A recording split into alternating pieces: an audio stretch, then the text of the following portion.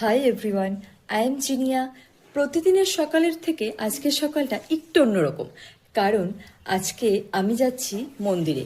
চলো তোমাদেরও সাথে নিয়ে যাই আজকের মন্দিরে। আমি চলে এসেছি বাবা নকুলেশ্বর ভৈরব মন্দিরে। বাবাকে দর্শন করার পর ভুলেই গিয়েছিলাম যে আমাকে ভিডিও করতে হবে, যদিও ভেতরে ভিডিও করাটা অ্যালাউ ছিল না। মন্দির থেকে বেরিয়েই তোমরা দেখতে পারবে আরও একটা মন্দির, যেখানে অনেকগুলো ঠাকুর রাখা আছে। সম্ভবত এটা নবগ্রহ মন্দির ছিল, আমি অনেকটা ভুলে গেছি। আর তোমরা এখানে দেখতেই পাচ্ছ বাবা নকুলেশ্বর মন্দিরে পুজো দেওয়ার জন্য এবং ভোগের নিয়মাবলীগুলো। ভেতরে আমি অনেকক্ষণ ছিলাম, অনেকক্ষণ ধরে বাবাকে দর্শন করছিলাম।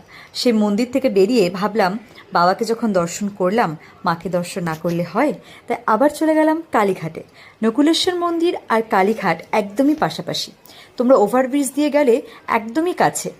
সোজা গেলে মায়ের মন্দির আর ডান দিকে গেলে বাবার মন্দির। এখানে আমি যদিও পুজো দেইনি, কিন্তু ভেবেছিলাম পুজোটা দেব, কিন্তু সম্ভব হয়নি। হ্যাঁ, আরও একটা কথা, কালীঘাটটা এখন একটা দালাল হয়ে গেছে। এটা আমি বলতে বাধ্য হচ্ছি। কালীঘাটে ঢোকার সাথে সাথেই দালালরা যেভাবে পুজো দিতে যাওয়ার জন্য জোরজবস্তি করছিল, মনে হচ্ছিল পুজো দিতে যাচ্ছি না, অন্য কিছুই করতে যাচ্ছি। যদিও কথাটা বলা উচিত নয়, কারণ মাকে দর্শন করতে যাচ্ছি। যাই হোক, আমরা কোনো দালালের কাছে যাইনি। তোমরা যদি কখনো দালালের খপ্পরে পড়ো, তাহলে সেখান থেকে অবশ্যই সাবধান।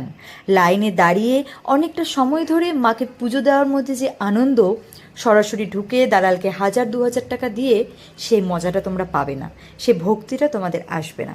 যাই হোক, সকালে যেহেতু না খেয়ে গিয়েছিলাম, পেয়ে গেছিলো খিদে।